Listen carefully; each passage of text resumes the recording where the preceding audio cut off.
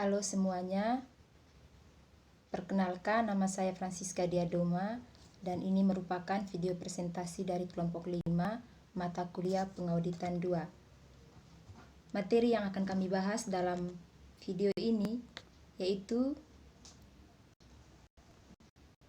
tentang audit persediaan serta pergudangan. Adapun 4 sub pembahasan dalam video ini. Yang pertama, pengertian audit persediaan yang nanti akan dibawakan oleh teman saya atas nama Karirina Pelokila. Materi yang kedua yaitu tentang tujuan audit persediaan yang nanti akan dibawakan oleh teman saya atas nama Maria Herlince Mali. Dan materi yang ketiga yaitu tentang prosedur pemeriksaan yang disarankan atas persediaan yang dibawakan oleh pemateri berikutnya atas nama Venantius Rinaldihana. Dan materi yang keempat akan dibawakan oleh saya sendiri yaitu tentang fungsi bisnis dan dokumen yang terkait pada persediaan dan siklus pergudangan. Untuk mempersingkat waktu, kita langsung saja masuk ke materi pertama. Baik, di sini ada pengertian audit persediaan. Persediaan merupakan unsur aktiva yang disimpan dengan tujuan untuk dijual dalam kegiatan bisnis yang normal atau barang-barang yang akan dikonsumsi dalam pengolahan produk yang akan dijual. Audit persediaan merupakan bagian dari aset perusahaan yang pada umumnya nilainya cukup material dan rawan oleh tindakan pencurian ataupun penyalahgunaan. Oleh karena itu, biasanya akun persediaan menjadi salah satu perhatian utama auditor dalam pemeriksaan atas laporan keuangan perusahaan. Persediaan umumnya mendapat perhatian yang lebih besar dari auditor dalam auditnya karena berbagai alasan. Yang pertama, alasannya adalah umumnya persediaan merupakan komponen aktiva lancar yang jumlahnya cukup material dan merupakan objek manipulasi serta tempat terjadinya kesalahan-kesalahan besar. Yang kedua, penentuan besarnya nilai persediaan secara langsung mempengaruhi kos barang yang dijual, sehingga berpengaruh pula terhadap perhitungan laba tahun yang bersangkutan. Yang ketiga, verifikasi kuantitas, kondisi, dan nilai persediaan merupakan tugas yang lebih kompleks dan sulit dibanding dengan verifikasi sebagian besar unsur laporan keuangan yang lain. Alasan selanjutnya, seringkali persediaan disimpan di berbagai tempat sehingga menyulitkan pengawasan dan penghitungan fisiknya. Kemudian, adanya berbagai macam persediaan menimbulkan kesulitan bagi auditor dalam melaksanakan auditnya. Terima kasih atas kesempatan yang diberikan kepada saya, Maria Herlince Mali. Di sini saya akan menjelaskan tentang tujuan audit persediaan. Audit persediaan memiliki beberapa tujuan, antara lain yang pertama, untuk memeriksa apakah terdapat internal control yang cukup baik atas persediaan. Nah, ciri internal control tersebut antara lain adanya pemisahan tugas dan tanggung jawab antara bagian pembelian, penerimaan barang, gudang, akuntansi, dan keuangan. Ciri yang berikutnya, adanya sistem otorisasi baik untuk pembelian, penjualan, penerimaan kas, bank, maupun pengeluaran kas atau bank. Nah, tujuan yang kedua yaitu untuk memeriksa apakah persediaan yang tercantum di neraca betul-betul ada dan dimiliki oleh perusahaan. Tujuan yang ketiga, untuk memeriksa apakah metode penilaian persediaan sesuai dengan standar akuntansi keuangan. Tujuan yang keempat, untuk memeriksa apakah sistem pencatatan persediaan sesuai dengan standar akuntansi keuangan di Indonesia. Tujuan yang kelima, untuk mengetahui apakah terdapat barang-barang yang rusak, bergerak lambat, dan ketinggalan mode sudah dibuatkan allowance yang cukup. Yang keenam, untuk mengetahui apakah ada persediaan yang dijadikan jaminan kredit. Jika ada persediaan yang dijadikan jaminan, hal ini harus diungkapkan dalam catatan atas laporan keuangan. Yang ketujuh, untuk mengetahui apakah persediaan diasuransikan dengan nilai pertanggungan. Persediaan harus diasuransikan sehingga seandainya terjadi kebakaran bisa diperoleh ganti rugi dari perusahaan asuransi dan perusahaan bisa terhindar dari kerugian karena kebakaran tersebut. Nah, yang kedelapan, untuk mengetahui apakah ada perjanjian pembelian atau penjualan persediaan yang mempunyai pengaruh besar terhadap laporan keuangan. Tujuan yang kesembilan, untuk memeriksa apakah penyajian persediaan dalam laporan keuangan sudah sesuai dengan standar akuntansi keuangan di Indonesia. Baik, yang ketiga, prosedur pemeriksaan atas persediaan. Dalam prosedur pemeriksaan atas persediaan dibagi atas 3. Yang pertama, compliance test, yang kedua, prosedur analitis, dan yang ketiga, substantif test. Yang pertama, compliance test. Di sini dibagi lagi atas 2. Yang pertama, pelajari dan evaluasi internal control atas persediaan. Dalam hal ini, auditor biasanya menggunakan internal control questionnaires. Yang kedua, lakukan tes transaksi atas pembelian dengan menggunakan purchase order sebagai sampel. Yang kedua, prosedur analitis. Dalam prosedur analitis terbagi atas 5. Yang pertama, bandingkan presentasi margin kotor dengan tahun sebelumnya.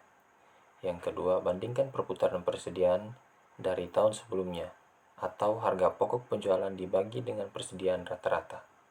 Yang ketiga, bandingkan persediaan biaya per unit dengan tahun sebelumnya. Yang keempat, bandingkan nilai persediaan yang diperluas dengan tahun sebelumnya.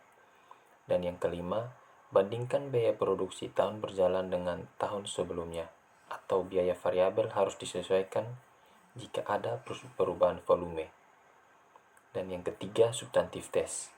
Dalam substantif test dibagi atas 13.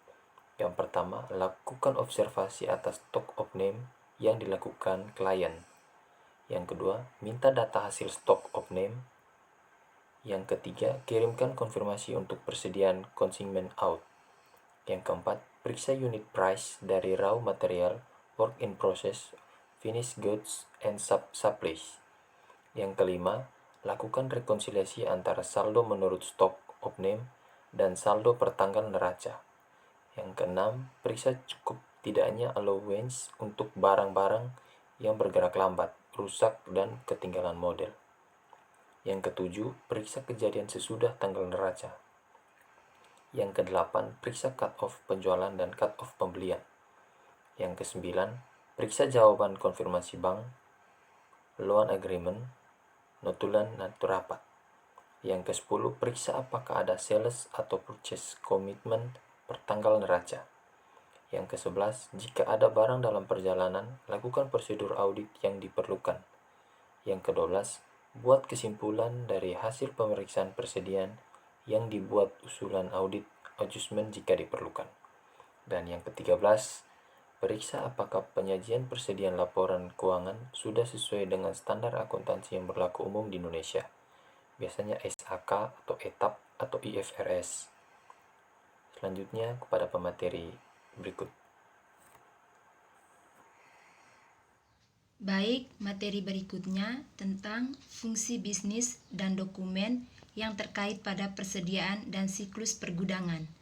Jadi, siklus persediaan dan pergudangan terdiri dari 2 sistem yang terpisah tapi tetap berkaitan erat, yang melibatkan arus fisik barang dana lainnya dengan biaya terkait. Jadi terdapat 6 fungsi yang akan membentuk siklus persediaan dan pergudangan. Antara lain, yang pertama, memproses pesanan pembelian.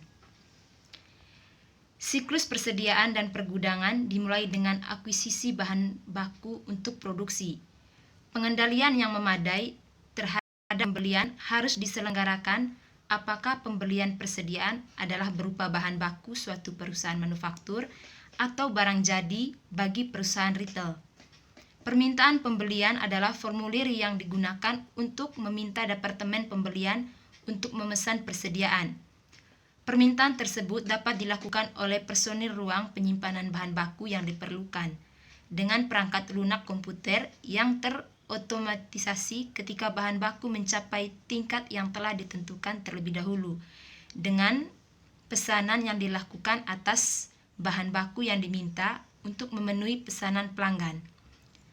Yang berikut, menerima bahan baku yang baru. Penerimaan bahan baku yang dipesan, yang juga merupakan bagian dari siklus akuisisi dan pembayaran, melibatkan inspeksi atas bahan yang diterima menyangkut kuantitas dan kualitasnya. Departemen penerimaan akan membuat laporan penerimaan yang menjadi bagian dari dokumentasi sebelum pembayaran dilakukan. Kemudian yang ketiga, menyiapkan bahan baku. Setelah bahan baku diterima, bahan itu biasanya disimpan di ruangan penyimpanan. Ketika departemen lainnya memerlukan bahan baku untuk produksi, personil ruang penyimpanan menyerahkan permintaan bahan yang telah disetujui dan layak. Kemudian yang keempat, yaitu mengelola barang. Pemrosesan persediaan sangat bervariasi dari perusahaan ke perusahaan.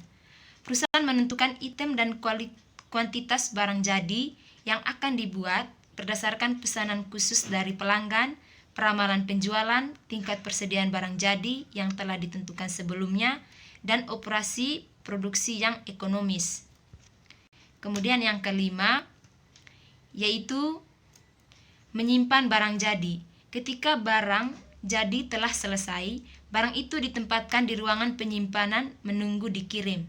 Dalam perusahaan yang memiliki pengendalian internal yang baik, barang jadi disimpan di bawah pengendalian fisik yang terpisah di suatu area dengan akses terbatas. Pengendalian barang seringkali dianggap sebagai bagian dari siklus penjualan dan penagihan. Kemudian yang terakhir, atau yang keenam, mengirimkan barang jadi. Pengiriman barang jadi merupakan bagian dari siklus penjualan dan penagihan. Pengiriman aktual barang kepada pelanggan dalam pertukaran dengan kas atau aktiva lainnya, seperti piutang usaha, menciptakan pertukaran aktiva yang diperlukan untuk memenuhi kriteria pengakuan pendapatan. Untuk sebagian besar transaksi penjualan, pengiriman aktual merupakan pemicu untuk mengakui piutang usaha terkait penjualan dan sistem akuntansi. Jadi pengiriman barang jadi harus diotorisasi oleh dokumen pengiriman yang telah disetujui secara layak. Baik, sekian materi yang kami sampaikan dalam video ini. Semoga dapat bermanfaat untuk kita semua. Salam sehat dan salam 3M.